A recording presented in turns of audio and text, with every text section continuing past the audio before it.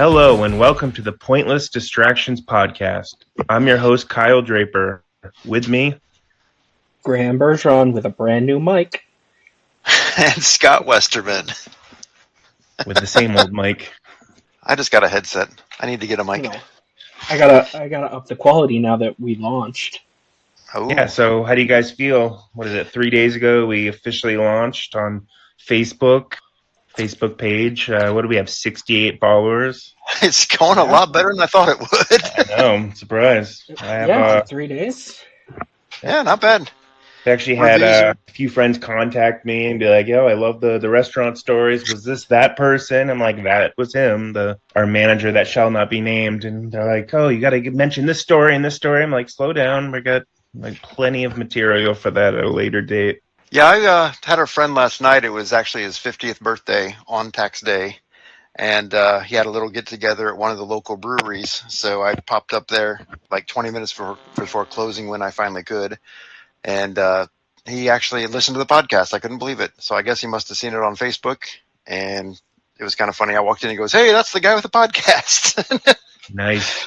So he wanted to know if it was going to be all geek talk all the time. And I assured him that we're just going to talk about whatever comes up. So Try to keep it to a third geek talk. yeah. Yeah, it sounds reasonable. But that's all I know. So, Graham, how can our listeners, how can they follow along? What's our social media? Since we've launched, we have an X and a Blue Sky at P Distractions. We have a TikTok, Pointless Distraction 0, that hopefully we will be starting to put clips on soon, and an Instagram at Pointless Distractions Pod. Did you say the first one was P Distractions? P Distractions. That's just P, the letter P Distractions, not PEE, correct? Because that's going to take you to a whole different website. The Golden Shower website. Yeah, that's it. I'm saving that for the Patreon. Oh, okay. Well, baby steps. We'll get there. So I guess we have followers all around the United States. Really? Canada, California. What else do we have, Graham? Ohio. We had a listener in Texas. Nice. I don't think I know anybody in Texas, but shout out to you, whoever you are. But yes, I'm very excited. It definitely has gone better than I thought. Yeah, I would say a pretty successful launch. Well, we'll see if we can keep that momentum going. That's true. There are a few episodes between one and this one. Yeah, that number 2 is still a doozy. Couple rough ones. Speaking of the second episode, I did want to do a error and omissions segment here. I think I've already brought this up, but I believe when I did bring it up, it was on the second episode, which may never be released. So I just wanted to protect my geek cred, I guess. On the very first episode, we were talking about Daredevil Born Again, the comic, not the TV series. And Kyle said that he asked about there being an imposter Daredevil in that the Kingpin put a crazy guy in a suit. And I did not remember that because I hadn't read the series in like 20, 25, 30 years. Kyle was correct. I was wrong. I just wanted to point that out. There was a fake Daredevil that the Kingpin sent after the real Daredevil. So I wanted to make sure your apology. Yes. I bowed down before the master. A month and a week later. Yeah, it's going to be like 10 episodes later. People are like, oh, yeah. Well, hopefully we can launch the next episode, within the next week, just so we can kind of catch up and get it more current. Yeah. Well, that's all up to Graham, right? Our editing man. I was going to say shout out to Graham because he's the dude, behind the scenes actually doing the work, things that's way above my head at this point. Trying to make us sound good. It's not too much work. Well, for you, the tech guy. Right. Hey. I mean, the making us sound good takes some doing sometimes, but. Well, I expect more music and sound effects in the upcoming episodes. It's the Wacky Morning Show. Hey, guys. Hey, guys. We need a slide whistle. So, Scott, we missed you last week. I heard you were down in the Keys. Yes, I had better things to do with my life than sit around with you slobs recording a podcast. So, yeah.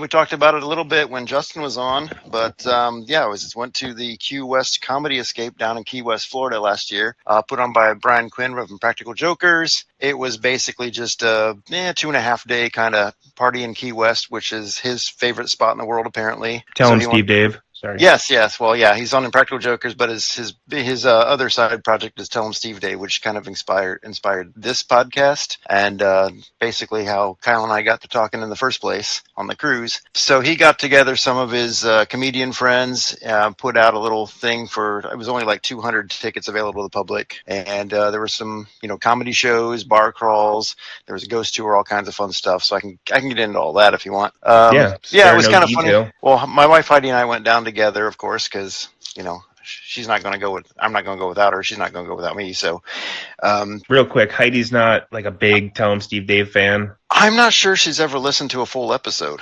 honestly. So she's more of an we have Impractical that in Jokers common. fan. Yeah, there you go. She and Graham have something in common right there. I think the only thing Graham has truly heard, I sent him the clip, Free Comic Book Day, the old Tell 'em No, Steve. I actually did listen to that whole episode. Nice. Is So everything I in the have store? heard Anything in the store is free. Right. That Termites. famous one. Which was kind of funny because when we went to the general store, there was actually a termite bowl there, which is the free stuff that people just dropped off. Well, like what's a stickers termite and- for those who don't know? Well, an ant is a follower of Tell 'em Steve Dave. Basically, the gist I got out of it is because nobody here's special. Nobody's a queen bee. Shout out to wannabes. Nobody's real special. It's like just know your place in life. Shut up and enjoy the pod. Essentially, that's kind of what I get out of it. But of course, what's the natural enemy of an ant? Well, obviously it's a termite. So the termites are the scum that come in. I would draw that conclusion. So the termites are the people that would just come in on Free Comic Book Day to the secret stash there. Never see them any other day of the year. You have this at every comic store. Free Comic Book Day. It's the first Saturday in March or in May every year, and publishers put out free books that anybody can come in and get, and it's basically just a big promotional thing to try to get people into stores, buying comics, and hopefully they become customers in return. However, most people just see it as I'm going to go there, get some free stuff, and peace out till next year. And so Waltz, obviously, as the proprietor of the most famous comic book store in the world, potentially, is not a fan of that. So he started calling these people scumbag termites, basically. I would argue that Graham's one of those guys. I think that's the only day you'll see him at the our comic book store, Double Midnight Comics in Manchester, New Hampshire. I mean that is fair. Termite. But Right under the bus. It's a fun day. I went last year with the kids. It's like a fun day, and Oh yeah. I'm a 4-year-old who likes to read comics by ripping the pages out, so it's a great way to get him some comics that I have no investment in. And I may be taking some more visits down there now that I started my little Spider-Man side quest. Oh yeah, you want to how's that explain going? that real quick, and then we'll get back to QWest. Sure. So, around Christmas time, I went to a family gathering, and my aunt gave me her old collection of Amazing Spider-Man comics that I used to love reading when I was a kid. And it That's awesome. is like 80 issues from Wow. issue 195 to like 273. And there were only 18 issues in between missing, so I'm looking to like fill in that gap. And Pretty much, probably all the expensive ones. not really. So this weekend I went, or not this weekend, last weekend I went to just a local comic convention and found 3 issues, and it totaled like $20. Nice. Scott, So that was definitely- the little giant Comic Con with Jim Shooter was there. Oh, okay. Al How'd that go? Milgrom. Wasn't Scotty Young there? I'm not sure. A lot of the creator booths were empty when I was there. I was only there for like 45 minutes. Yeah, that con's only about 6 hours and it's one day. So Those But- are Okay, some of let's- the best ones. let's get back to QWest so we don't bore people too much with the geek talk. So tell me, first day you land. What do you do? How was the Yeah, flight? first day. Well, we had to fly out super early, so we got up at like 3:30 in the morning to get ready and go to the airport and everything. So that was fun. Our flight was like at 6:20 in the morning, and it was supposed to land at 9 a.m. We had a connecting flight in Miami at 10 o'clock. We get to the airport, and naturally they're saying, oh, the flight's slightly delayed. You're going to land now at 9:34 or something like that in Miami. So we're just like, oh, we're going to miss our connecting flight to Key West. Wonderful. Luckily, it all worked out. We had plenty of time. I guess the pilot, pushed the plane a little more, and we got there just a few minutes late. Got our connecting flight, got into Key West, no problems. About 11:30, I think. The actual event was scheduled to open at 1:00, so we had time to get from the airport, get to our little bed and breakfast we were staying at, which was right across the street from the theater where most of the events were. So that was awesome. Nice place. Yeah, it was really nice. We'd never stayed at a bed and breakfast before, and it was like, just like an old house, but they had really beautiful inside actually. And we weren't sure how the doors were. It's just like a hotel, you go in, they have individual locks on the doors with keypads and everything, so that was fine. I can imagine what that cost. It QWest bed and breakfast. It was not cheap. Right. But c'est la vie. It was potentially once in a lifetime opportunity. So we figured, let's just pay the money and go. It was funny because right about 12:30 or so, everybody across the street just started lining up at the theater. So there was a line around the theater, like about halfway down the block.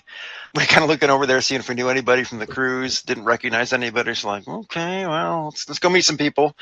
Got in line, started talking to some people. You'd see these people throughout the rest of the weekend, so it was kind of cool. Got in there, it was just a big meet and greet, which was fantastic.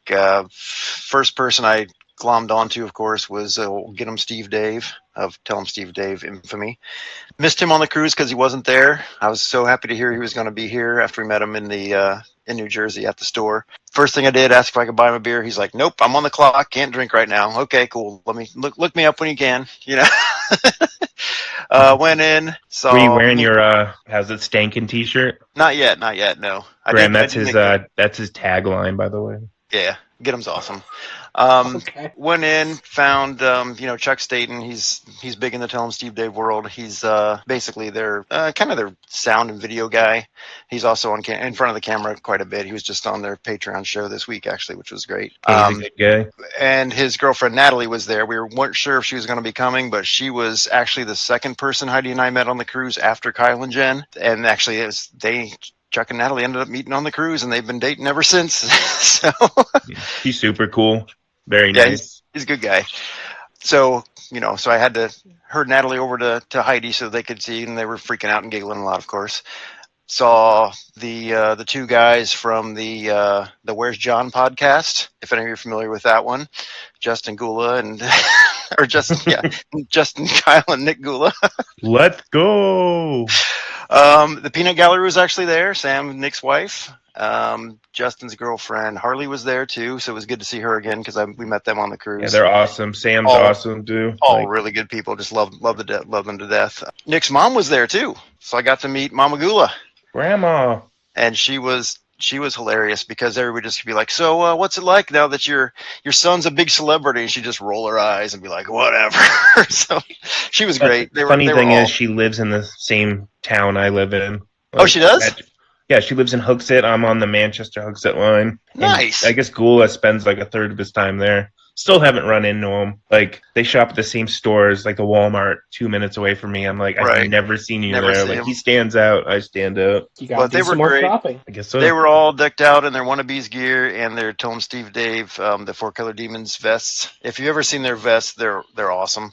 They've got, the full Four Color Demon patch on the back, and then they've like these two guys have like every patch known to man pretty much. And Justin himself actually made some patches. He made a little, like, it's a cross between Captain Cocky, who was the official, like, mascot of the weekend. He's basically, describe it to the people at home, it's like a rooster with a pirate hat and an eye patch, basically. He was the official mascot of the weekend. So Justin made these little stickers here, which is basically Captain Cocky with the four-color demon horns. He's got two gigantic, like, demon horns coming out the top of his head.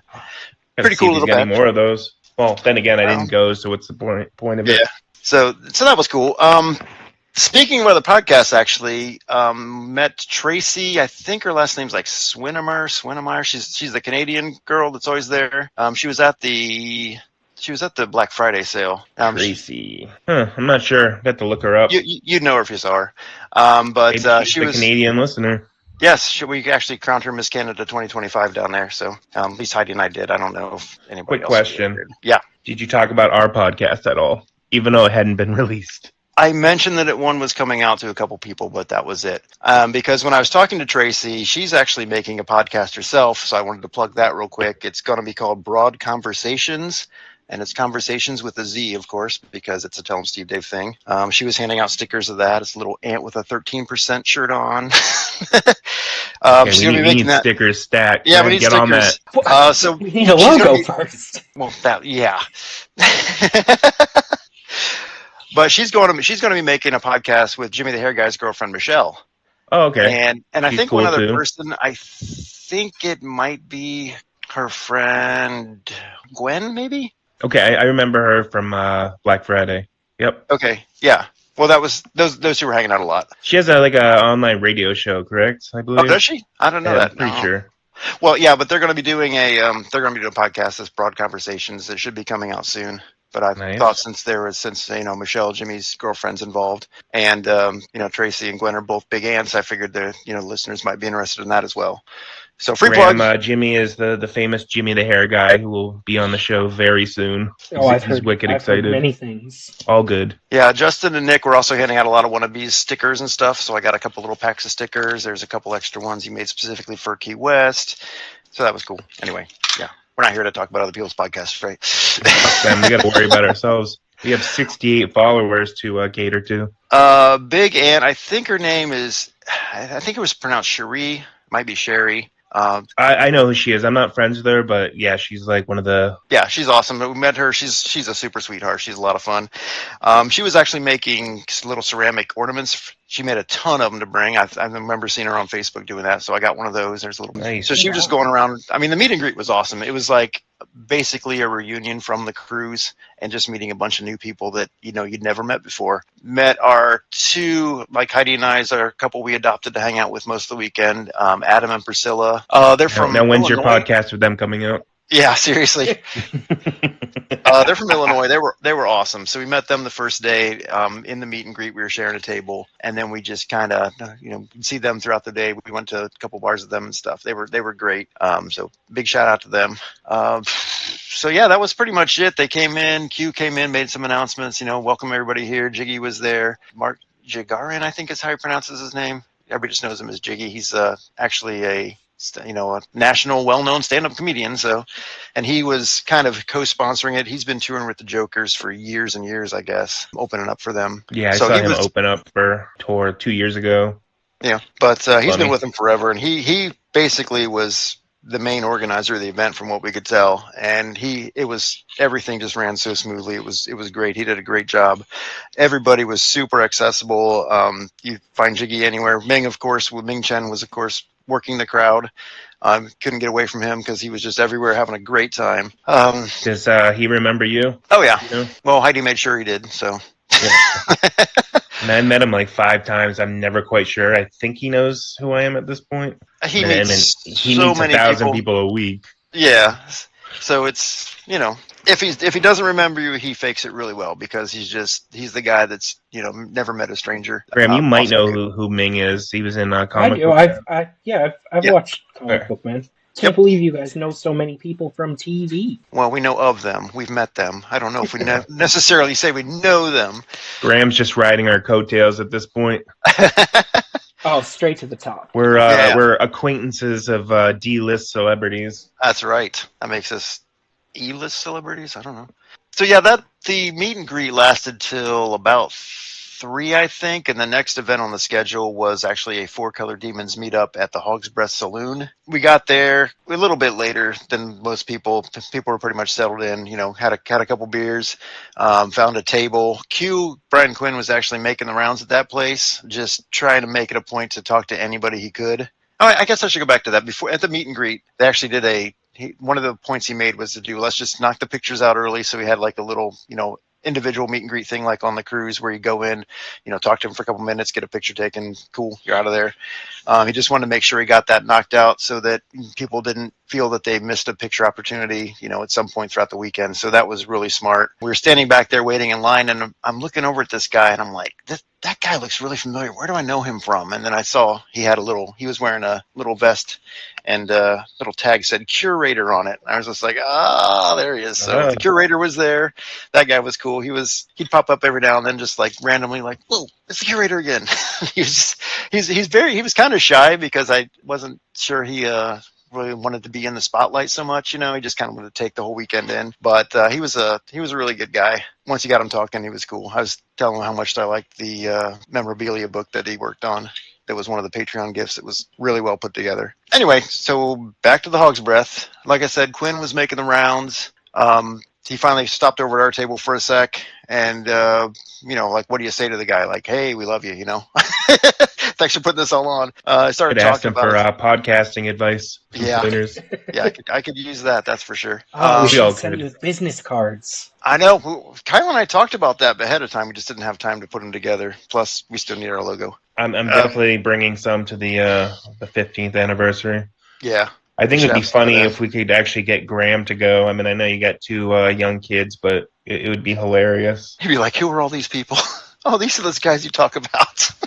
I think he'd be in I shock slightly. I was saying earlier, I'd be the meme. Oh, The guy just Travolta. Travolta just Uh-huh. standing there, being like, "What's Huh? going on?" I don't think you even need to know anybody when you go down there, because every aunt I met, every person from there was just the greatest people ever. I mean, there was not an unhappy, grumpy person there who you did not want to talk to. Yeah, they're all cool. Like some I met on the boat, like if you're not super outgoing, they were just quiet, but no one was rude or anything. I mean, there were some No. people that didn't really engage, but to But of each course, their own. we were in QWest and having drinks and just having a great time, and we were all there for one common reason and one common interest. So it was awesome. I mean, everybody there, you could just talk to anybody and find something to talk about. It was funny though, because when we were talking to Q, like I said, we didn't really know what to say. We're like, oh, hey, how's it going? We're dorks. Blew it. Luckily Heidi was there, because she's pretty social, and she was talking to him, and we ended up sharing a lot of pet photos. That's kind of how it turned out. Because God. Quinn likes his cats, but it was funny. He was showing us his new cat, and we were showing him our stupid dog, and it was beautiful. So when that was over, the next big event was going to be a karaoke down at the Margaritaville, I think it was. Yeah, Margaritaville, which again was just like a 5-minute walk away. Graham, that's a Jimmy Buffett restaurant. Thank you. I was Wow. very unsure. Wait, a Wait, margarita? Jimmy who? Jimmy Buffet? Oh, is that the dude from Jurassic World? Yeah.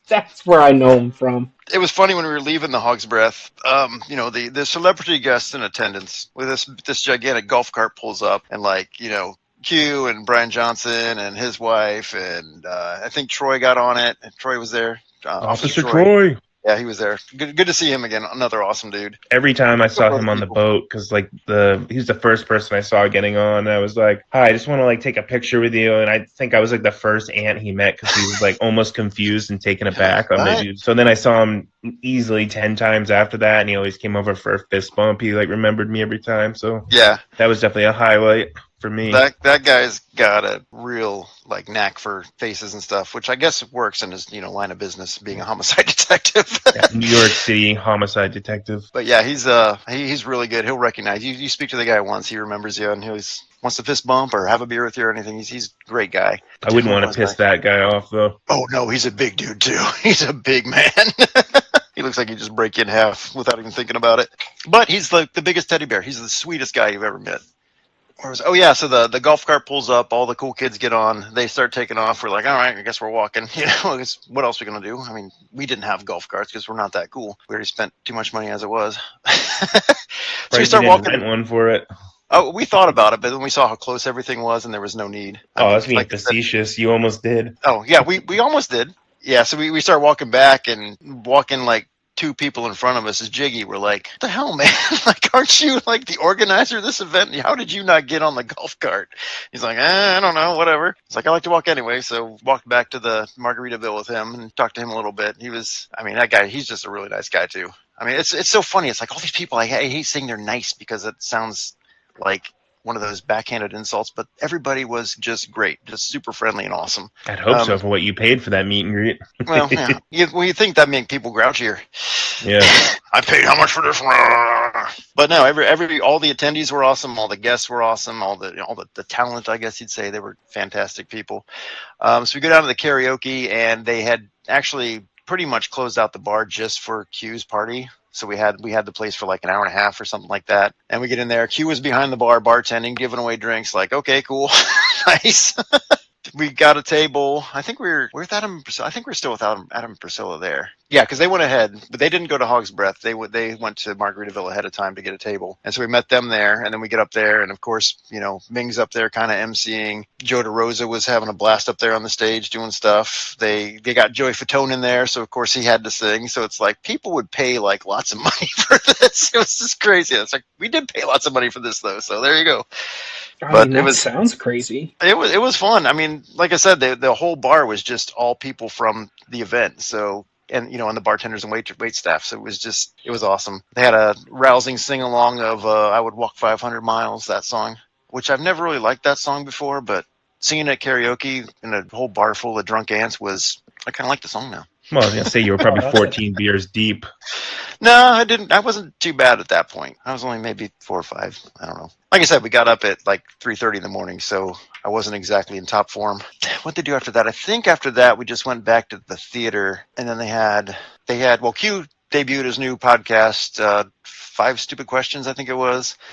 And he just kind of pulled people up on stage and asked them questions about their professions and stuff. So that was kind of fun. I don't remember a lot of that because I think at that point the beers were starting to kick in. Yeah, I saw, what is her name? Megan. I can't remember her last name. But we met her Black Friday. Her and her husband, wicked cool people. Yeah. Very nice people. Yeah, they were fun. They were up there she was up there on stage.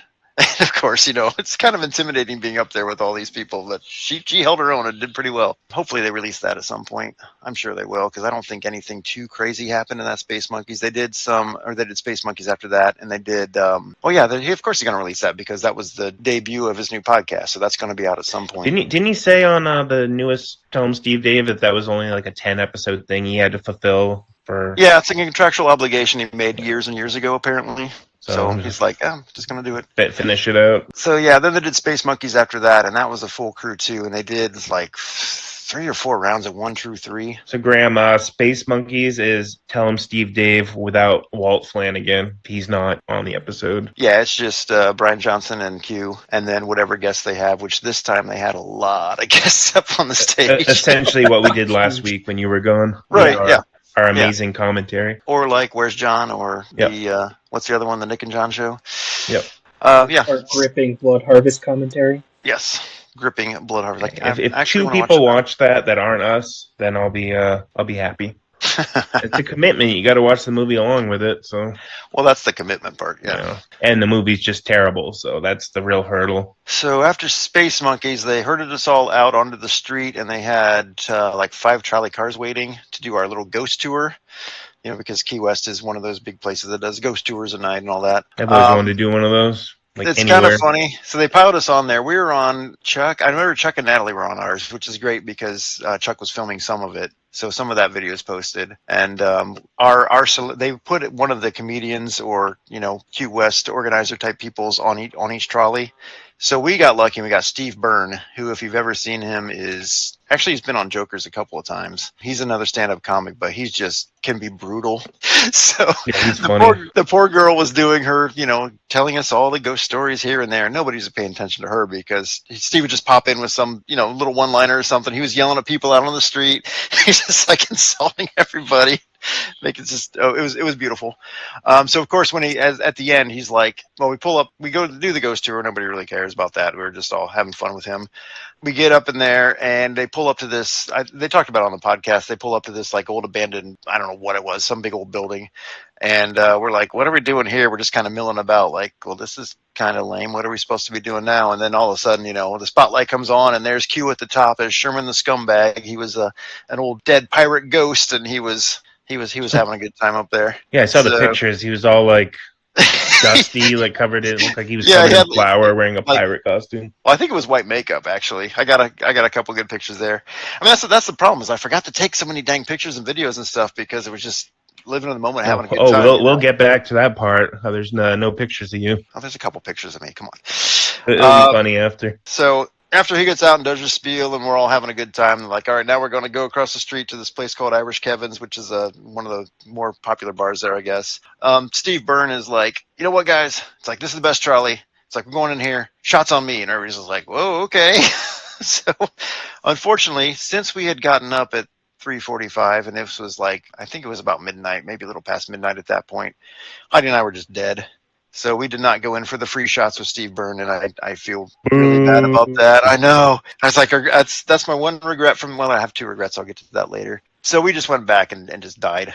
Went back to the bed and breakfast and passed out. Fall asleep instantly, I imagine. Pretty much, yeah. So we get up, we sleep in, we get up the next morning. The first thing on the agenda wasn't till noon, which was great because we got to sleep in. And then they had like just another like kind of brunch thing at this place called the Southernmost Point Bar, which, Key West is the southernmost point in the U.S., and there's a little monument there that you can get pictures with and everything. We go down. We saw Nick and Justin down there with their families and their whole posse, so that was kind of cool. Did they really have an entourage or groupies, as Justin said, or is that exaggerated? I don't remember there being an entourage other than just them, because there were like 7 of them. So I was like, well. Yeah, they'd have a couple of people that would hang out with them too. They did kind of have a big group at one point of about 10, 12 people walking around. So yeah, I guess they did have an entourage. You specifically said groupies, and that kind of made me laugh. All right. I don't know what Peanut Gallery would be thinking about that. But we went there. They had a special drink called the Q Lagoon, which was basically just a blue lagoon, and they had a stir stick with Q's face on it. So everybody was going gaga over those. It was a good drink, it was vodka and blue curacao and pineapple and something else, but it was really good, especially at noon in Key West. So that sounds like the perfect drink. Yeah, I love the blue drinks anyway. So we decided to go check out. We were just right there, about a 5-minute walk from that monument, the southernmost point in the U.S. So we decided to go check that out. There was a line around the block to get a picture with that thing. So we're just like, okay, never mind. Let's stick over here.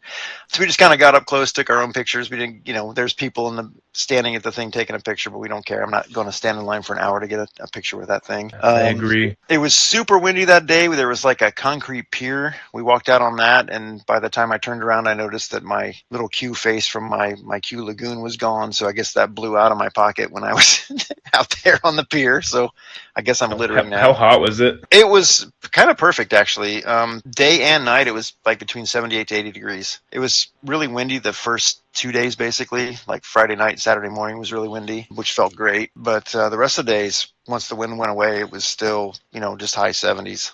Constantly didn't fluctuate hardly at all, even at night. It was crazy. So let's see, after that, what did we do? I think after that was the pool party, and it was the strangest pool party I've ever been to, because they just kind of got a pool at one of the hotels. It was a pretty big area, and they did a belly flop contest and all this. But we show up, and they their have old standby, huh? Belly flop contest. Oh yeah, we gotta have a belly flop contest. I mean, come on. Was the pool? Have you seen us? Yeah. Was the pool just open for Key West attendees or anybody? No, that's why it was. Well, it was open for the hotel, the people who were staying at the hotel. But then they had like a little pavilion kind of area set aside for us, like a whole one side of the pool basically. And it was so funny because nobody wanted to get in the pool. It was like already pretty much like half full of just the hotel residents, I guess, or hotel people. But I guess ants just don't like the water or something. So at first, like Heidi and I got in, we're just like, I'm. Man, a lot of them look like me, so they probably don't want to take their shirts off and jump. Well, they don't have to take their shirts off; they can still get in the pool. But it was just funny. So everybody's just kind of like, get in the pool? Oh yeah, nice. Yeah. We're like the first ones in. Like Heidi and like, we're getting in the damn pool. I'm at a pool party. I'm getting in the pool. I paid for this, goddammit. So finally, eventually, some more people started getting in, and more people, and eventually, we did get a pretty good crowd in the pool. So that was nice. It was mostly once they started doing the belly flop, because the best way to see the belly flop was to actually be in the pool, because the way the pool was laid out and everything. But so that was fun. Gula did that, of course. He had the unlucky draw of being the first person to go, though, so he had no chance. The guy that actually we had some big boys doing the belly flop too, but the guy that won was actually, I think, a Coast Guard. He's a Coast Guard officer, and he just lives down there. So I don't know why he was at the pool. Maybe he has some kind of weird membership or something. But was he actually there for QWest, or he's just? No, he wasn't. No, it was funny because they let the termites jump in. They just like anybody wants to go. It was so funny because we show up to the pool and the people did not know that, like Q and Joey Fatone and like Joe DeRosa and all these guys are going to be there. All of a sudden, we're like kind of talking to like, hey, that's Q over there from Practical Jokers. Like, what? So the people were just like freaking out because they got a free show as well. Hey, there's celebrities in our pool now. Yay. So that was kind of cool. We actually ended up hanging out with the Coast Guard people quite a bit because they just happened to be at the spot where Heidi and I got in, and they had a whole group. At any point, did anyone say, "Is that Scott from Pointless Distractions podcast"? No, No, that comes in we hadn't launched yet. Yeah, we haven't launched yet. We haven't gone video, and that's going to be, Don't ruin my stupid comments. Next time. Next year, it sounds like they are going to be doing another QWest because it was such a big hit and everybody loved it. So I don't know if I can afford to go again next year. Maybe every other year. We'll see. Yeah, they'll hear your voice and they'll be like, "I know that voice." It's that whiny nasally guy who talks too fast. Like, that's not Joe Rogan, but how do I know that voice? How's that guy with the annoying voice? You're hosting fucking Scott West next year. Can we please go for free, me and Graham? Well, yeah, if I'm hosting, yeah. All right. I don't know though. We might have to have a special application. What did you do after the pool? So after the pool party, so you went back, got changed, and there was another brunch thing or dinner happy hour at this place called Conch Republic. It was kind of cool because you go inside and eat if you wanted to, but they had like a whole patio section roped off just for us, and they had like a couple little smaller bars there. Just like little pop-up ones with coolers essentially. We hooked up with Adam and Priscilla there. They were pretty hungover. they were mad / sad that we did not do the shots with Steve Byrne as well, because they did, and they stayed up to about 3:00, I guess. Hopefully they're listeners at this point. I hope so. They're awesome. We hung out with them quite a bit, so yeah. So they were hungover, but they were very happy that they did what they did, and that just made me even sadder that I wussed out and did not go. Had I known I could sleep into like 10 or 11, I guess I would have. At this point, I'd forgotten because my original plan was to wear my How You Stankin' shirt to the pool party, but I completely forgot to bring it to the pool. So I just said, all right, I'm just going to put it on after the pool. So we ended up at Conch Republic. I'm with my How You Stankin'. In walks Get-em. I'm like, yes, I can at least get a picture with him. Asked him if he's off the clock.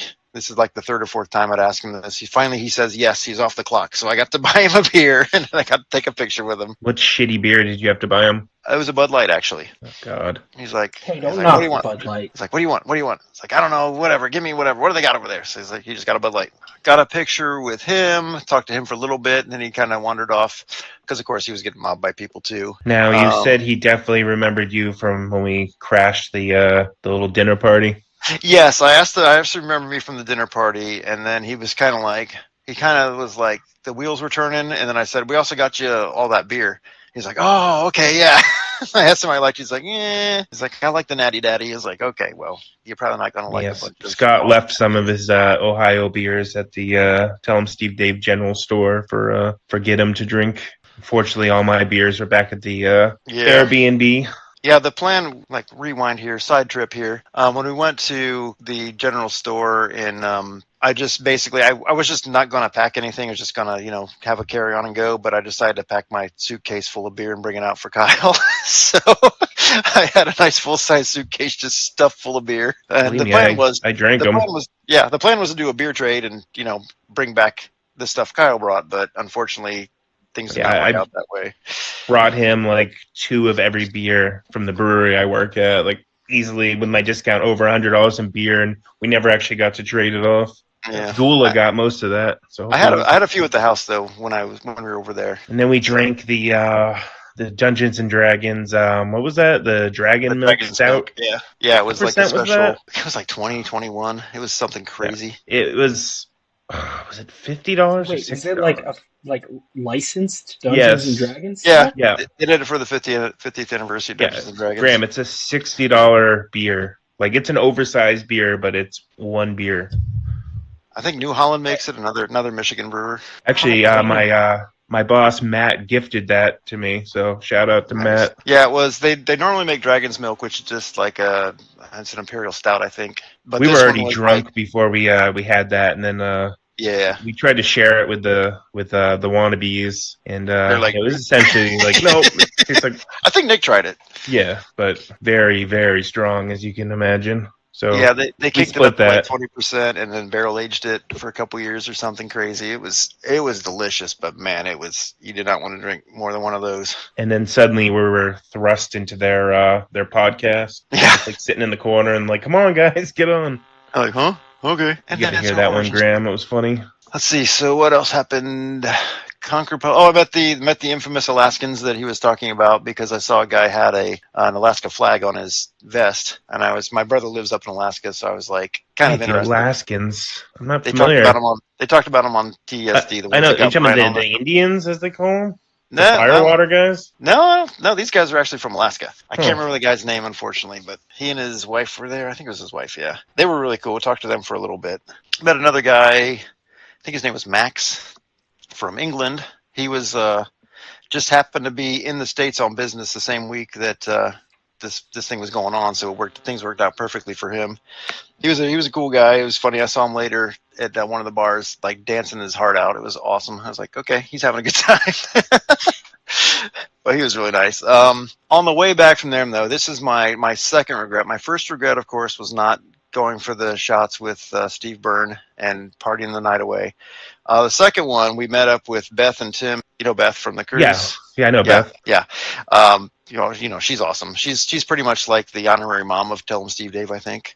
She's Just her Facebook page every weekend. She's like somewhere exciting, or like yeah. at They the travel Super a lot. Bowl next week. I'm in the Bahamas. It's like Is her husband's name Tim? I think it was Tim. I don't remember if I met him or if he was on the cruise, to be honest. Because Beth That's, was with I don't know if you remember Sabrina from Germany. She had come, yeah, and I think they were like essentially sharing a room. yeah. Because I don't remember him from the cruise either. Finally got to meet him, and he's not a Tell 'em Steve Dave guy at all, but he likes to party. So he was in the right spot. Yeah, So there we go. yeah, well, when we first met her on the cruise, we thought she was like Jimmy's mom or something because she was hanging out with Jimmy, and Jimmy was like hugging her and stuff. We're like, "Is that your mom?" Like, no. Like, what? Like, okay, oops, never mind. So I think it was walking back from Concord Public. I don't remember though, because this is where things are a little hazy because I was a few beers in. But we're going to go back because the next thing up was like a local comedy talent showcase or something. And I think Steve Byrne did a set there too. But we were leaving and we were going to miss that, unfortunately. But we wanted to get back to go to the lip sync battle where Justin just tore it up. There's a video of that There was a karaoke event and a lip sync battle. Yeah. We were there to have fun, man. I mean, no, I'm not knocking it. Even not knowing anything, I'm jealous I didn't go. So that was Graham's gonna start saving right now. That was at 7:30, I think it started, and this was probably 6:30 or 7 o'clock. So we were starting to head back towards that way, and Tim's like, "Well, let's go this way. We're going to cut down this side street that was a more direct route." He's like, well, "No, let's go that way." We're like, "Why are we going to go that way?" He's like, "Because there's bars down there." We're like, "I like the way you think." So we walked down, found a bar. Unfortunately, the first place we found was actually a cigar bar. He's like, "Anybody want cigars?" We're like, "Not really, but they have beer here." So, and then of course the lady's like, "Well, you can't drink beer unless you buy a cigar because that's our policy." Like, yeah, right, whatever, you're just trying to sell cigars. So we went back in the humidor and we picked out some cigars and everything was hunky-dory, and then drank our beers, and that took a little while. We smoked about a quarter of our cigars, and then the lady put them out for us, and we got to leave. And then by the time we looked down, it's like, oh, it's like 7:30 already. We're already missing this thing. So I'm like, crap. So we went back to the lip sync battle. Unfortunately, we did miss Justin. Luckily, I got to see it on video though. What was the song he did? Wasn't it I don't Tenacious even D know. or something? I think it was another Tenacious D song, but I couldn't hear it on the video. Jack Black, I don't get it. I'm sorry. Oh, their songs are funny You're though. you're just a hater. Yeah. Oh, so I guess you're not going to go see the Minecraft movie then? Sorry, That's a negative. That's negative. I took my kids to see it Saturday. Were people throwing shit? Luckily we went, and there were not too many teenagers there. But yeah, when the one scene comes up with Chicken Jockey, for some reason that's the funniest thing ever, and everybody starts throwing popcorn and stuff. But they didn't really do it in our theater. So the kids we were there with, or the teens that were sitting in the back, it sounds like they'd already seen the movie like 3 or 4 times because they were just shouting out like every line. We're just like, let us watch the damn movie, guys. This isn't Rocky Horror, you know? Like, come on. But I think might turn out to be like this generation's Rocky Horror with that. It's doing gangbusters, man, but it's nuts. Tim Curry and Jack Black go hand in hand. Right. Brief review, I guess. It kind of reminded me a lot of like the Super Mario Brothers movie, like kind of same plot structure and stuff. Also starring Jack Black. Was so I mean, listing Jack Black movies. As far as movies, yeah. What is this? The Jack Black and Gene Hackman podcast now? I don't know. It's just turned into a Minecraft review out of nowhere. Well, you don't want to get that in. It's it's not a great movie, but for what it is, it's perfect Did for the what it kids is. like it? Kids loved it.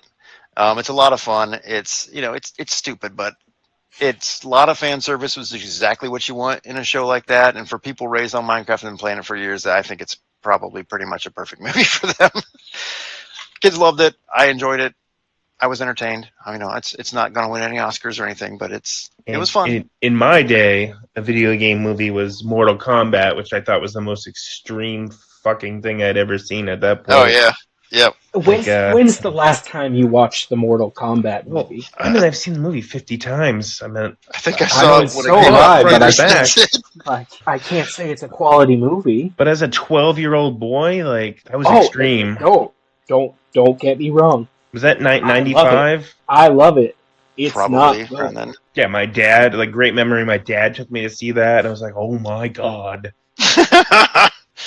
I saw that movie probably before I was supposed to. My favorite bad parenting moment I ever saw was we went and saw the South Park movie when it came out, and we're sitting there, and there's this dad sitting there with like his 8-year-old kid. We're just like, I don't think he knows what South Park is. I don't think he saw that this is an R-rated movie. It's just like, and they. Oh, you gotta love that. Was that the Fuck Canada song? Was that the opening of that? I think so. Oh, it might be. Like about a minute into this, dad and kid stand up, walk right back out. I was like, thank you for your money, sir. I mean, I don't know if you guys have ever heard of this movie, but my dad let me see Reanimator when I was 4 years old. Like, it's one of my first memories. Like, even watching that now, you'd be that like, explains a lot. What the fuck? Yeah, exactly. Well, I love those parents that just bring their kids to the movies and don't research the movie first, because that happened to me when I went to see Logan. That this lady brought like 2 8-year-olds thinking like, oh, it's an X-Men movie, and they left like 15 minutes in. That would have been the greatest experience for me. I mean, I don't think I knew Logan was until I was probably 9, but still. This is awesome. He's got knives for hands and he's slashing people to death. This is amazing. Stab that guy in the face and then stab that guy right in the face. I need to watch that again. I've only seen that once. All right, back to QWest. Okay, back to QWest. Where was I? Oh, so yeah, Lip Sync. After that, they did another Space Monkeys, which I don't remember anything of it again because I was blasted. Do you remember at all if they were as risque as the ones on the boat? No, they said that they didn't want to, don't record this and blah blah blah, don't get this out. But it was pretty. I mean, it was like a standard episode of TSD. Yeah, Graham, they're very they're real sticklers about not filming those. I mean, I get that. I think Heidi passed out halfway through the show because it kept nudging her. There was somebody in a wheelchair that was trying to get through the aisle. We were sitting in the back, on the aisle. They were trying to get through. And Heidi was just kind of laying there with her legs sticking out. We had to pick up her legs and move her, and I don't think she woke up at all for it. It was just like, okay, time to head back. So after that, yeah, there was no ghost tour after that or anything, but there was an after party at this place called Rick's. So staggered Heidi back to the bed and breakfast. Put her to bed. She got upstairs, just passed out. Okay, cool. I was going to go to bed, and I was like, you know what? I missed the big party last night. I'm not going to miss it this night. So made sure the door was locked, took off, went wandering out the streets of QWest on my own. Got down there. There was an upstairs and a downstairs. The downstairs looked like it was kind of a karaoke bar, and the upstairs was more of a dance club type thing. Saw the wannabes sitting downstairs with their whole posse. I was like, hey. So went in there, talked to them for a little bit, and then I was like, is that the Beatles? Is that the Beatles? Yeah. So they were sitting downstairs, just chilling, having a couple drinks and just relaxing. And I was like, this is probably the way to go here. It's like, yeah, maybe I should check it out upstairs. I was like, nah, I hate dance clubs. So I just turned around and started walking back. We all had these little wristbands to get into the events and everything. It was just a little one of those little what are they? The rubbery kind of ones. Yeah. So basically, one of the stupid little paper ones that tear off. You got to tear off. It was the little silicone, I think they are. So we had those, and that's how we kind of identified each other. Everybody, when you're walking down the street, hey, you're with us here. That's cool. So I started walking back to the bed and breakfast, and I saw this poor lost girl. She's had a wristband on. She's like, do you know where this Rick's place is? I'm like, all right, turn around. I'll show you. She was from Tennessee with kind of a thick Tennessee accent. So funny, though. Oh, my God. She was hilarious. Well, Graham said we had a listener in Tennessee. Maybe that's it. Probably might be her. Maybe. Shout out Joy. Unfortunately, she was there. Her husband, I don't think he make the trip. I think he had to stay with the kids or something. So hopefully he'll get out next time. So I was like, well, I can't really let her just wander out here all alone. So I turned around, I took her back to Rick's, and then it's like, okay, let's go upstairs and check that out. And so we go upstairs, and that's where the party was. A lot of people talking. Chris Johnson, I think his name is, the kind of like redheaded comedian guy that opened up for him on the was cruise. on the boat, right? Yeah. Okay. He was there. Got to talk to him for a little bit. One of the other, I can't remember her name. Dang it. She's another one of the comedians that's been on there. She was funny. She was also there flying solo. She left her husband at home with their like 1-year-old, I think. She was awesome. She's funny. I mean, I think she's been on Jokers before. But we went up there and hung out. I was drinking Red Stripes because they actually had them at the bar, and I was like, I haven't had a Red Stripe in about 20 years, so let me have one of those. Unfortunately, low alcohol beverage right there. Yeah, they're tasty though. What are they? Jamaican lager? Yeah. So unfortunately, I guess this is my third regret of the whole QWest experience. Joe Imburgio is there. I don't know if you remember him. He's been on the show a few times. He's the guy with like the white thing in his eyebrow and everything. Well, the night before when what's his face is up there, when Q was doing the what's his name, Sherman the Scumbag. Yeah. When he was doing that, he was like ripping on Joe quite a bit. He's like, that eyebrow is the most disgusting thing I've ever seen in my life. He was just like ragging on him and stuff. We're like, oh, because everybody knows Joe from the show and everything. And so, of course, when I ran into Joe at the bar, I'm a little drunk, and I'm like, that eyebrow is the most disgusting thing I've ever seen. And I don't think he got the reference, and he thought I was just being an asshole. And I was just like, oh my God. So I'm like trying to talk to him. No, I'm sorry. I'm trying not to be an asshole. He's like, oh my God. So cringe. Yeah. So I felt about 2 inches tall, and I was just like, all right, that's probably my biggest regret of QWest. Did he like walk away, smile? No, he was very gracious about it. He's just like, yeah, everybody has kind of their thing, and everybody has little different quirks and things that happen. And I was just like backtracking like crazy, trying to be like falling all over myself. Like, no, it was a joke. Don't you remember Q said it last night? Blah blah blah. So yeah, I felt like a bought him a drink.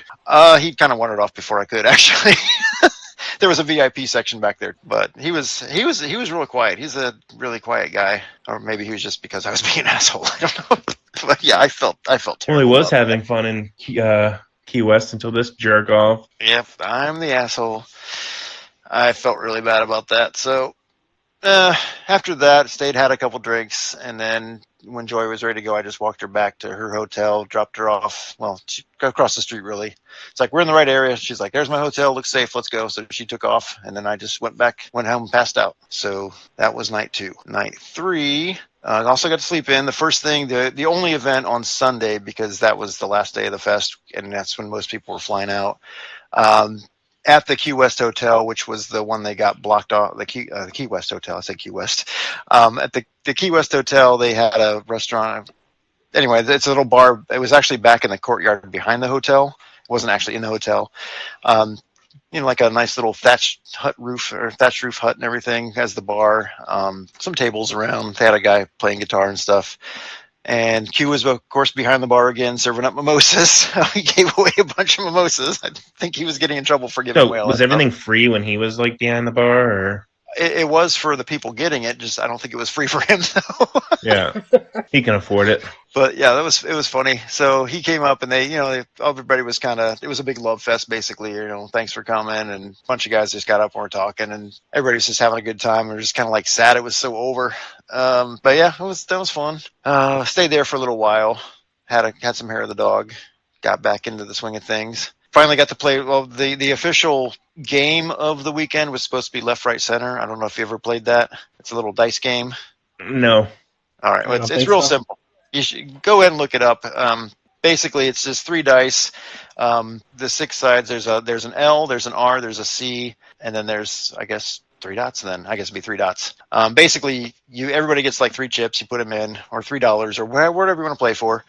If you have 3 chips, you can roll 3 dice. You just do whatever the dice say. If it's a left, you pass one of your chips to the left. If it's a right, you pass one to the right. If it's a C, a center, you put it in the center. If it's a dot, you keep it. And you just pass the dice around until somebody, either all the chips are in the center, or somebody's the last person holding chips, and that person wins. Basically, it's a great game that's super easy to play. You can play it no matter how drunk you are. So that was the official game. Brian, I think Q and Brian have talked about it on the podcast about going down there.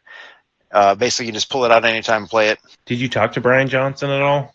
Actually, Barely. you hadn't really mentioned him or Mary Beth. I talked to him a little bit at the Hog's Breath when they were standing outside and they were waiting to get on the golf cart. But yeah, I barely saw him. I saw him Saturday morning at the that little happy hour they did there too, a little brunch thing. But it was just basically like, hey, hi, how's it going? So Now, do you think he remembers you? I mean, you I doubt saw it. him almost back to back, Black Friday, and then the boat. He didn't seem to recognize me, but I'm fine with that. Yeah, understandable. So anyway, the reason I got in left, right, center is because we finally got to play a game on the last day. This guy Ben, I think he was on the cruise too.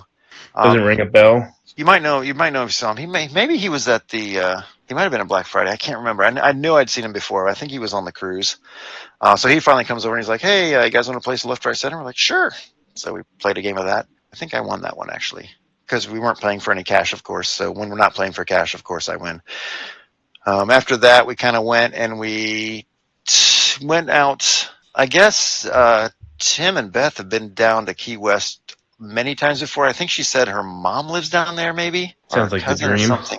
Yeah.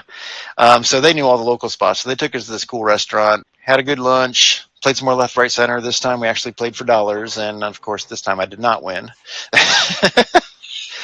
But yeah. So it's kind of fun, if everybody throws in $3, it's 5 or 6 people playing. That's $15 for the winner. It's not bad. So we played that. We ate, we drank, we were merry, and then unfortunately we had to leave and go back to the airport. That was pretty much it. Let's see if our connecting flight was through Charlotte this time. Charlotte back to Columbus. It's a nice airport, Charlotte.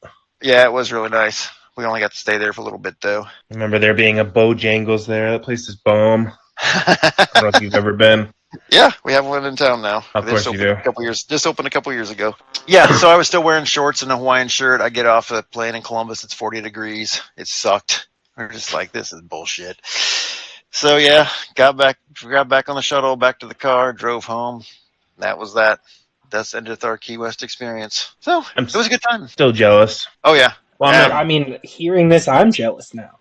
It was a lot of fun, man. I mean, it ran so smoothly. Everything was planned out well. There was time to get to each event. I mean, you could go to every event if you wanted to. And other than the comedy showcase and the beginning of the lip sync, we hit everything. I just wish they had announced it farther back because they announced that, in January?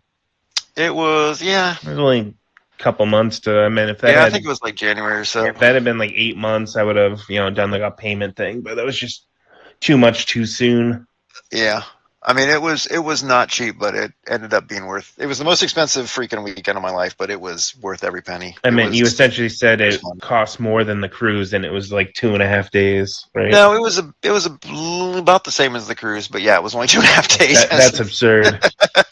And that cruise was only about 5 days. We were in the Bahamas for 8 hours? Yeah. Well, I didn't want to be in the Bahamas for more than that. You can go to Bermuda for 7 days for half that price, probably, leaving out of Boston. Yeah, we're doing a cruise with basically the whole family in June, and it's going to be like a Royal Caribbean 7-day, hitting 3 different islands and stuff, and it's not as expensive as the Joker's cruise was. Have you been to Bermuda?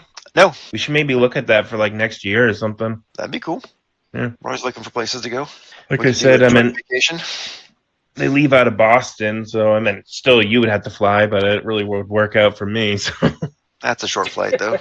Anyway, yeah, I think I covered pretty much everything there. So Graham, I was thinking it was funny during this.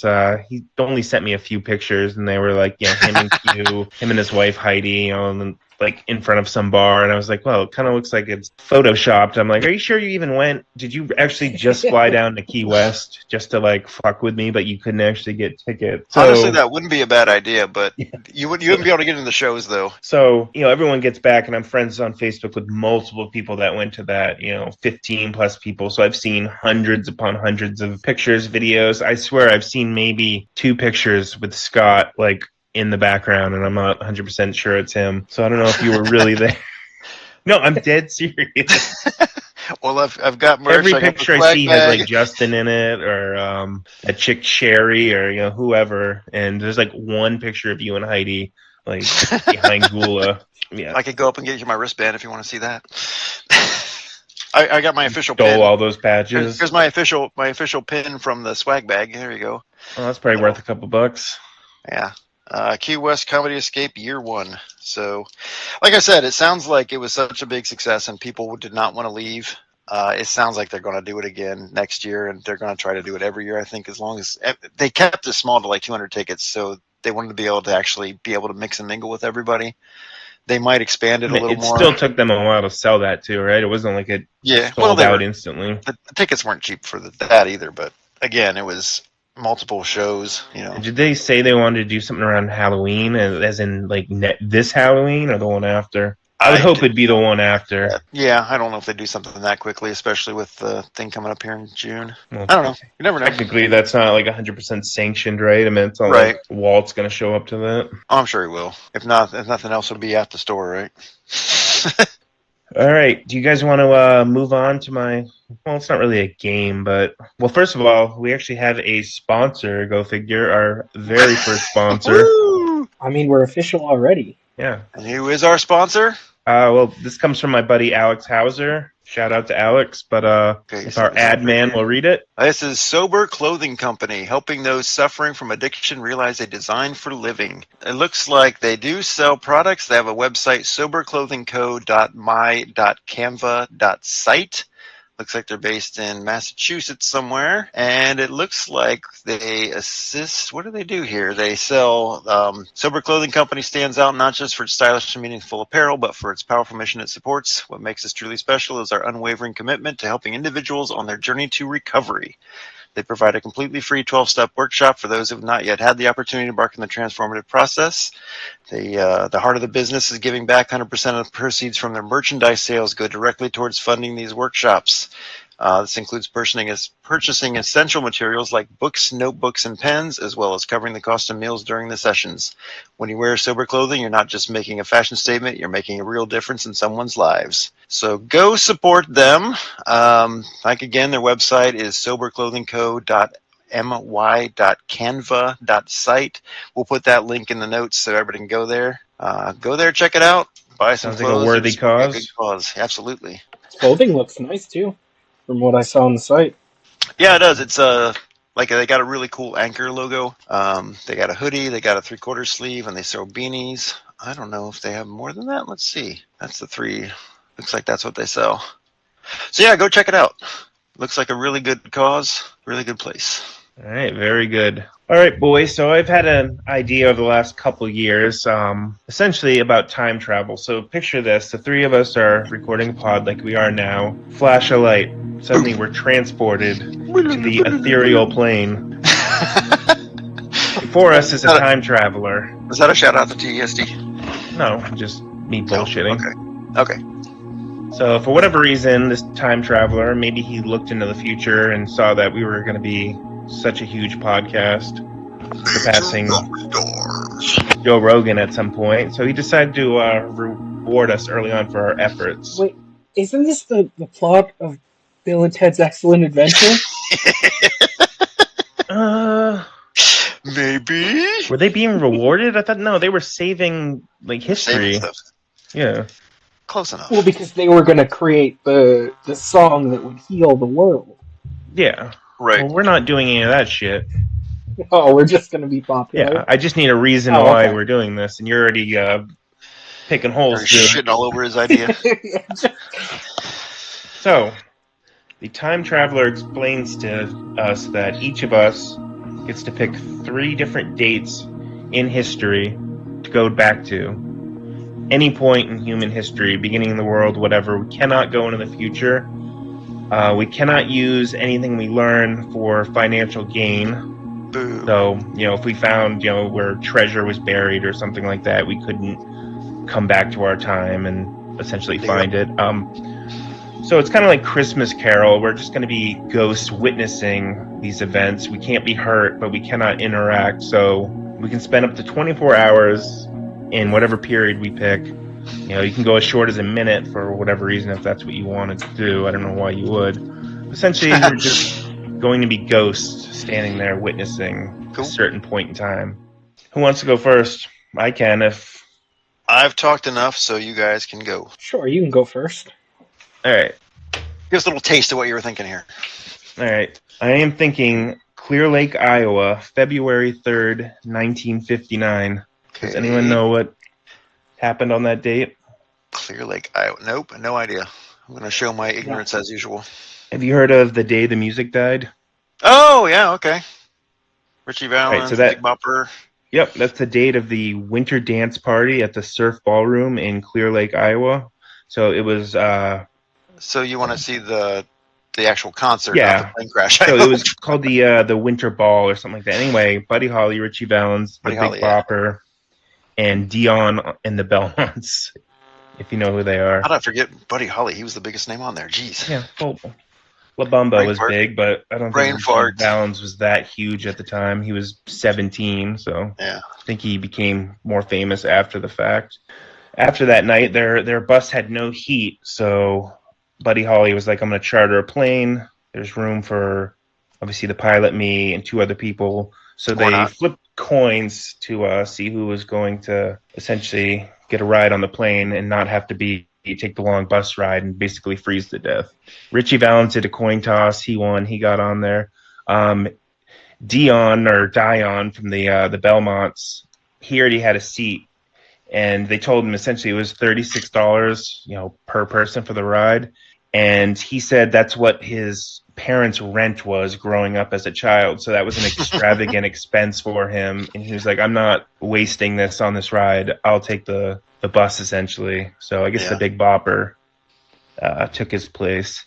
And the pilot was Roger Peterson. And as you know, the bad weather, the plane crashed, everyone died. Big part of music history, probably one of the most important dates. Yeah, but we would go back, get to witness that entire concert. Unfortunately, we can't tell them what's about to happen. I don't know. Would you guys be interested in seeing that? Well, like we're bringing us. Yeah. You guys go with us. I go on your. I mean, it's kind of dark, but yeah, I wouldn't mind seeing the concert. Seeing Buddy Holly live, heck yeah, that'd be sweet. Man, it's one of the most important concerts of all time. They didn't know it, but I think that would be something cool to see. One interesting part of that, 48 years later, the Big Bopper's son, who actually was born 2 months after that incident, there was a rumor that they had survived the plane crash and that Buddy Holly famously carried a gun with him, and that like one of them finished off each other because they were dying in miserable pain, but that was proved not to be real. But his son exhumed his father 48 years later, and when the coffin, he was still like preserved perfectly. Wow. And it was the first time he saw his father, and you could clearly make out that it was the Big Bopper. That's crazy. I don't know if you guys know what he looked like. He was just this chubby dude. Embalming. But yeah, I think that would be very interesting to see. So of all the things that have occurred in all of human history, you want to go back and watch that concert? Yes. Okay. Maybe I was thinking too big here. Well, you haven't heard my other two. Okay, that's true. I mean, there's 9 events we're going to in total, so. I mean, I wish I could ask more questions about this, but yeah, I mean, it's a very famous story, and it would be kind of cool to see. But yeah, like you said, we can't interact, we can't warn them. It's just, you're just going to watch it happen, but you're going to enjoy a hell of a concert first. Man, I've always had that in the back of my mind, not even out of a morbid thought. I just like that music. Yeah, my mom used to have some Buddy Holly records, and I really liked them growing up. Although I haven't listened to them probably in 40 years now, so I should go back and revisit some of that. I mean, I feel like it would have been too generic to be like, I want to see the Beatles on Ed Sullivan or something. Right. I mean, I don't think there's any video or pictures of that show, so. There aren't? Wow. I'm almost positive. I think I've seen the introduction before. Oh, you mean of the show you're talking about? The actual concert, 1959. Yeah, okay, gotcha. Yeah, I seriously doubt there would be, because it was somewhere in bumfuck Iowa, right? I mean, obviously there's still, I imagine, a bunch of living witnesses to it. I mean, yeah. Dion is still alive, actually. He's 85. So. Oh, he is? Wow. Yeah. Boy, he's got a story to tell for his whole life, huh? Imagine, like, the next day. Yeah, does he have, like, survivor's guilt, or is he just, so happy that he didn't get on that plane in the first place? Yeah. Like, I wonder what's going through his mind, like, all these years. What's the narrator from Dukes of Hazzard? What was that guy's name? Something Jennings. Was it Waylon Jennings? Waylon Jennings. He was touring on that with, he was, I guess, bass player for Buddy Holly. Wow. And Buddy Holly actually said to him, like, "Oh, I hope you freeze your ass off." And literally Waylon Jennings says, "Oh yeah, well I hope your plane crashes." Oh, So shit. he lived with that the rest of his life. True story. Them Duke boys should have gotten on that plane in the first place. Sorry, you guys aren't thrilled about my choice, but I think it's solid. No, it just I mean, came out it's of, it really definitely came out of left interesting. field. Yeah, it's a neat little piece of history, but it's just like, I was not where I expected you to go with something like this. So, okay, we'll see. All right, Graham, what you got? So, I mean, my first one is also concert based, but it's more just like slightly more personal one. I guess it's even smaller in scope. I think the first place that I would want the time traveler to take me is I just want to go back and see Pink Floyd in concert. Only because, Like original Pink Floyd? yeah. So growing up, I would always hear the story that my dad took my sister to a Pink Floyd concert, and I was too young to go, and it was they just explained it as like this mesmerizing experience. Like Roger Waters apparently like came into the concert flying over the crowd on like a bed, Uh, and they said it was just like the craziest concert that they've ever seen. And I don't even know if it would need to be that specific concert, but What I year just would this have like been? Because your sister's probably like my age, right? um yeah, she was born in 85. oh, I mean, okay. So So she's a she's not little original, younger not than me. original Pink Floyd Jen's then. age. so I don't it was definitely like probably early to mid 90s when they went. I mean, Okay. they probably toured for at least 30 years, right? I would imagine. And so I don't know. I just it might be a little selfish, but I've always wondered what that experience was like just hearing them explain this like awesome concert that they went to. I think they played Ohio Stadium some point in the mid 90s, I think. And my buddy Phil was like, they were asking for volunteers to actually work the concert. He's like, yes, please sign me up. So he just got to be like an usher there for that and just got a free Pink Floyd concert. That was like, you son of a bitch. I would have been slightly more impressed if he said you wanted to see like The Wall live or something, like when they had first come out. I mean, I'm not the Yeah, biggest Pink Floyd fan in the world, but I get where he's coming from. yeah, I like him, but I've never been like a huge, ridiculous Floyd head. I have a couple of their albums, but I'm Oh basically a yeah, we poser when it were comes to Pink Floyd. we were big on them as a family, so it was just Oh, it's really? just a little like selfish thing. So we've gone to see they have like the British Pink Floyd that like tours and does I concerts. know the And Australian one or whatever. we've seen them a few times. So I don't know. It's just something that I've always wanted to have been able to experience. Are they your Yeah. favorite band? Because I remember asking you No. one time. I don't think you actually had one. For some reason, I thought it was Tool. I don't know why. No, they definitely wouldn't be like I love their music.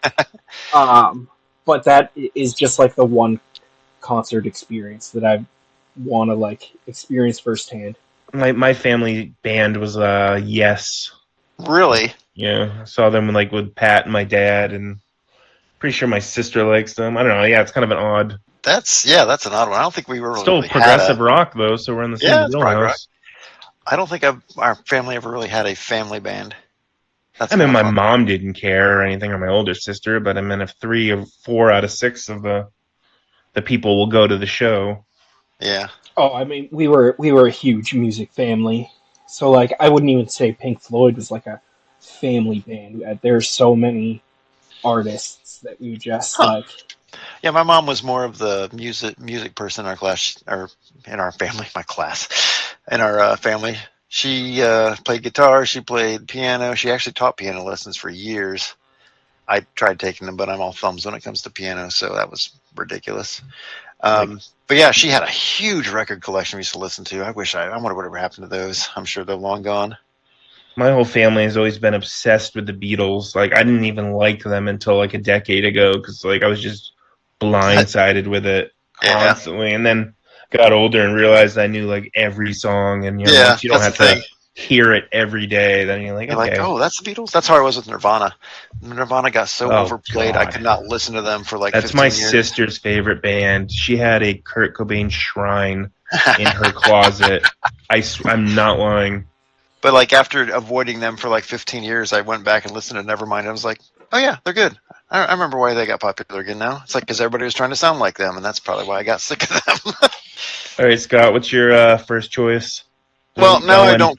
I thought I was being kind of selfish with a couple of these, but now that I hear that you guys just want to go freaking see concerts, I'm not feeling Like so when bad. my sons were born. No, I don't want to see that shit again. Oof.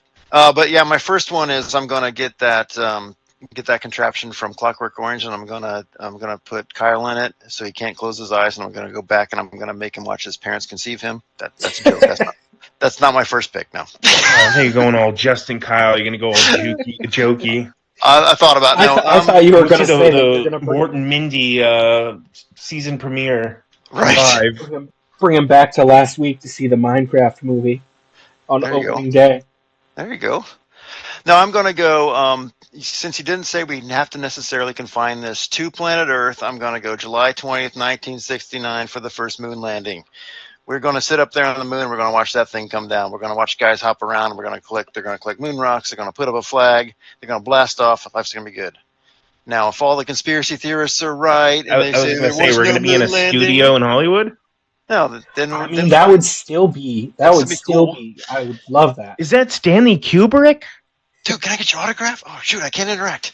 If it's on the moon or it's in the studio, you give me a lawn chair. You give me a beer, and I'm there for it. Exactly. I actually almost picked that because I was like, oh. It's pretty obvious, but no, yeah. it would be awesome. I just couldn't think of a third one. But well, because even if there is no Apollo 11 coming down here and there's no landers coming down, we still get to hang out on the moon for a day and have like the most beautiful freaking stargazing you've ever seen in your life. So hopefully, I mean, they said it's hard to see the stars from there, but that might be because I don't know. Would we still be able to like?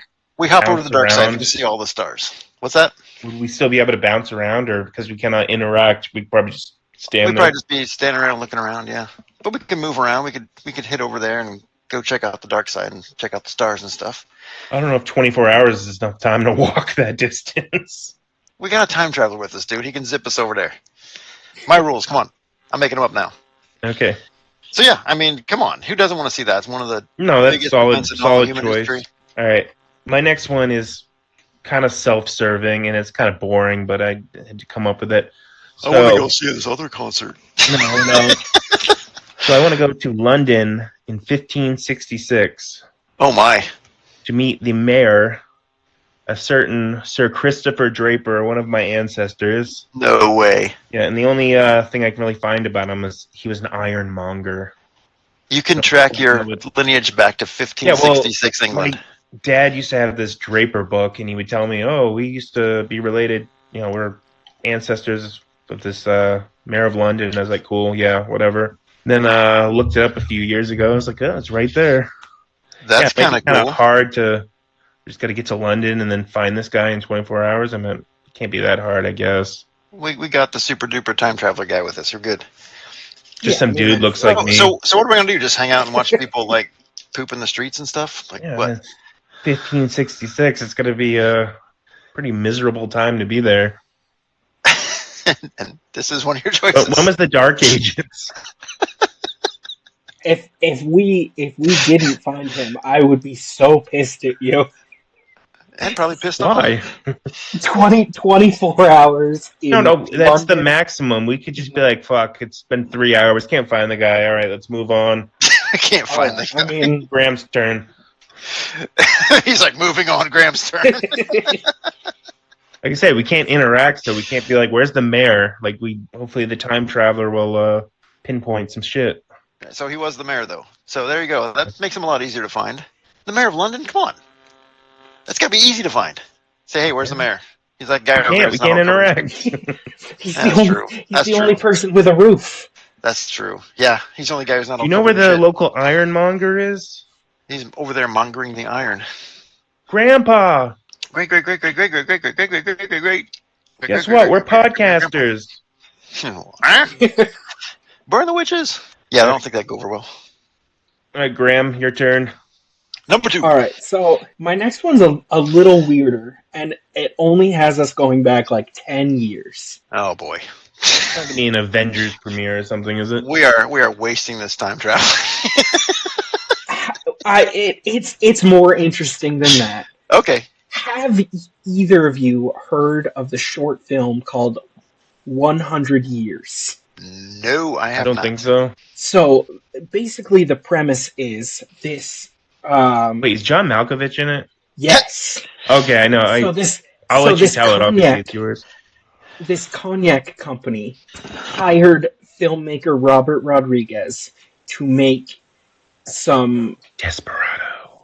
films for them, and one of them stars John Malkovich. It's a science fiction short film, and after they filmed it, they basically locked it in a vault, and it won't be released For 100 years. for 100 years. So the movie has a premiere date of November 18th, 2115. Okay. So and the tagline of the movie is literally the movie greatest you will movie never ever. see. That's It's the funny. movie you will never see. So I just want the time traveler to bring me to the test screening of that movie, and I want to see it. It kills me that I will be dead when that movie releases. Yep. You'll never get to see Have it. they said how many people have seen it? Obviously, Robert Right. Rodriguez. Has Malkovich I seen it? don't. I mean, I assume that he's probably seen it. Is anyone else of And note in it, or is it just like a little artsy movie? it's it's just like a little short film. There's a cast of 3 people, and one of them is a Chinese actress, and the other one is a Chilean actor. Okay. And Well, like, then nice. I don't even know if it's good or not, but my curiosity is piqued, and That's I funny. want to be one of the only The ultimate people. mystery. Yeah, I want to be one of the only people on the planet to have seen this before it releases. But you can't tell anyone, can you? Oh, no, you can still No, tell them. but They'll just think you're crazy. Personal satisfaction. Probably the one movie Jimmy the Hair Guy hasn't seen. Oh, he was probably there. No, He was guys, probably there at the screening. Fucking seen that, man. See, the You'll cool get part, the though, impression. the best part about this, Kyle, is that he's dragging the 2 of us along, so we get to see the movie as well.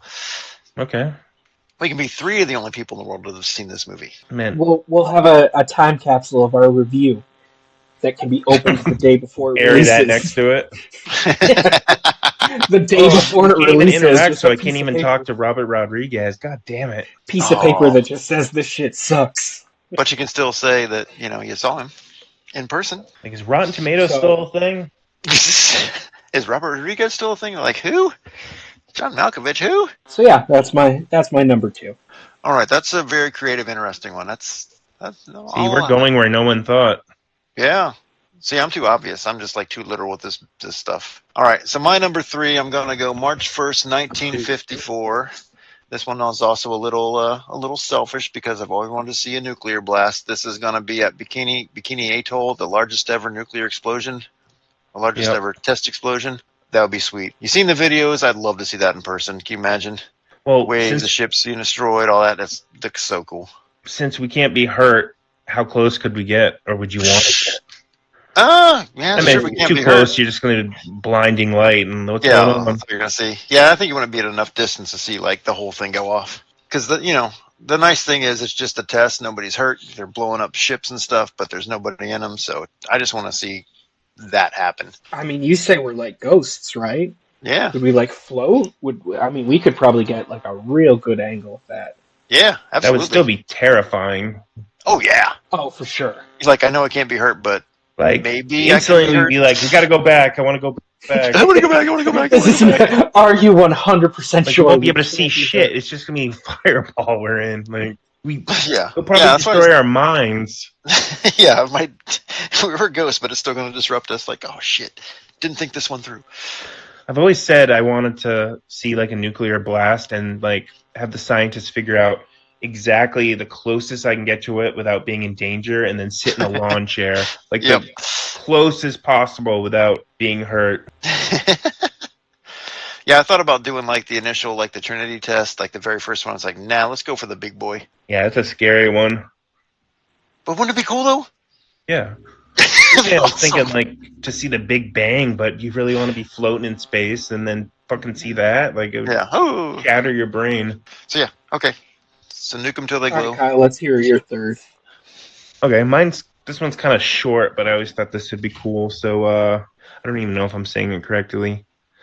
370 million years ago, the Devonian period. I want to be there for I don't know how the time traveler's going to pinpoint this, but the exact second that the tetrapod, whatever the creature, crawled out of the primordial ooze onto land. Like the exact, like we're sitting on the fucking little beach on the ground. Is that? Did you get that from Star Trek?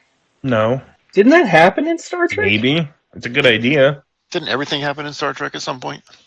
I'm pretty sure that's like the finale of Star Trek: The Next Generation. I swear to God, I did not steal it, or it's a coincidence. No, I mean, even if you did, it's a good idea. Like that's something cool to see. Like, I guess the only thing that's still around that would be comparable to that is the mud skipper. You know, that fish how it comes out and hop across land. No, those still exist. Whatever the tetrapod was, probably this tiny little fucking. You know, it's not like a fish just jumped out with legs and walked off, but that would be the basis of all, you know, creatures, mammals, humans. No, that would be incredible to see. Well, I think in Star Trek they went like further than that, and it was like the first cell or something, or microbe. Yeah, that would be real fun. Yeah, time traveling something microscope. I can't see. Something's happening in that pond there. I can't tell what. Oh, look, lightning struck it. Ooh. I wonder what the landscape would look like that far back. Man, it's way before, you know, like dinosaurs and shit. Yeah, no, because one of mine I was thinking about picking was just random time going back and checking out the dinosaurs.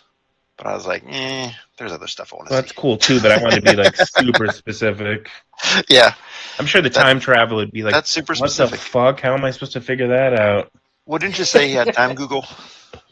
Yeah, he's got time traveling Google. Like, yeah. He's got time Google, man. You can figure it out. It's like give or take 100 million years. I can ballpark I can pinpoint it within 100 million years. No, that's not the first time. Take me back. I want my wish back. He brings us, and then afterwards he looks at his phone and he's like, "Shit, that was the second." He doesn't have to tell us.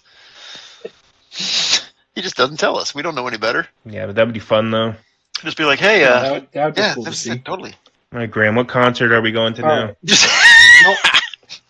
No, I have a broad. Wait. You got music, Black you Eyed got Peas, movies. Now it's going to be TV, right? It's going to be a TV show. So, my third one has a tiny bit of backstory. So, one of my wife's guilty pleasure shows is Ancient Aliens. So okay. I've seen There's no guilt there. So much of that show. So for my third pick, I want this time traveler to take us to Stonehenge. And I want to see it being built. Because Spinal Tap. Like whether it's aliens or it's people, like it's also just one of those like huge mysteries that no one knows how it came to be. And so I just I want to be there for a day and watch it get built. That probably took them weeks just to like move one stone, though. I mean, what can we actually see in 24 hours?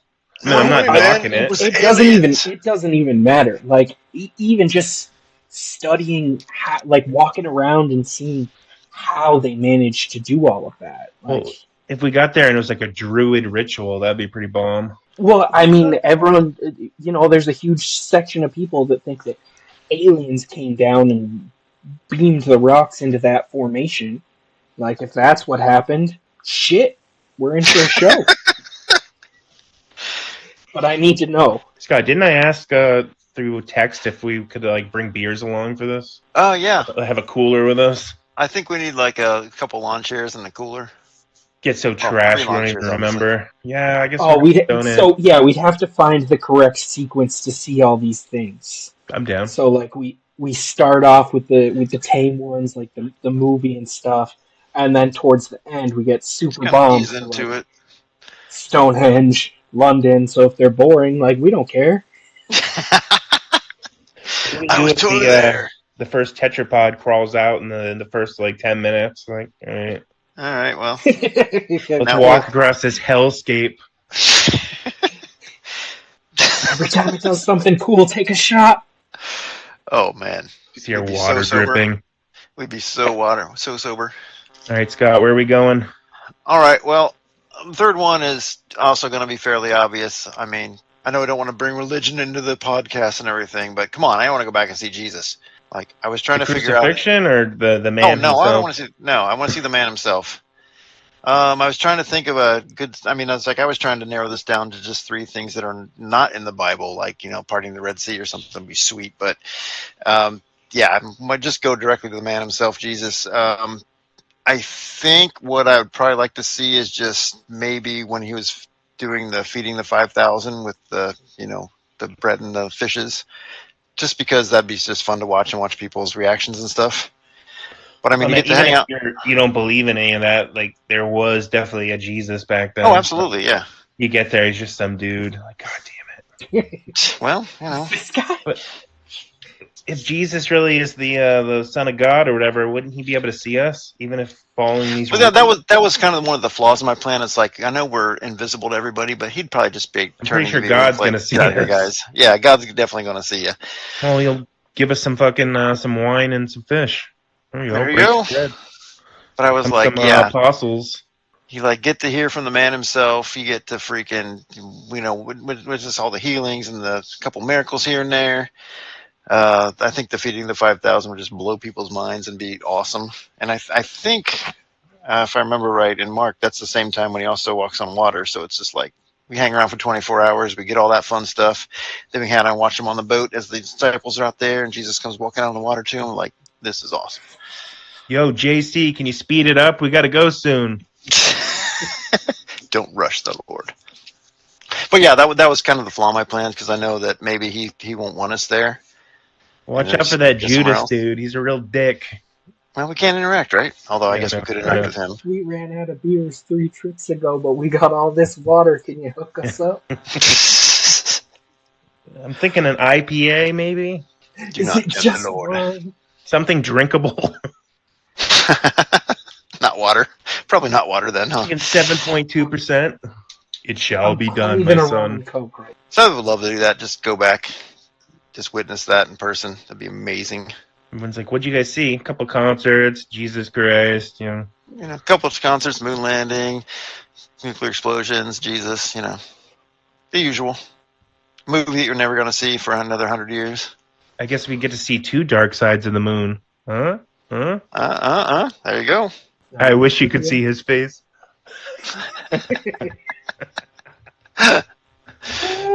Fuck. Oh. So does anybody have any alternates you would have used? Because I had a couple other ones. No, I was scrambling to get that third one. All right. I had a complete personal game list. All right, well, that was fun. I mean, it wasn't a game, so it's like we're picking what was the best. Yeah, we're just trying to, fill time. Yeah, I mean, there's so many things like, watch the Revolutionary War or something, watch signing a Declaration of Independence, anything like that would be kind of cool. I think that would be boring. Yeah. All right, so should we just end it with that? Yeah. On that note, keep it pointless. Bye, everybody.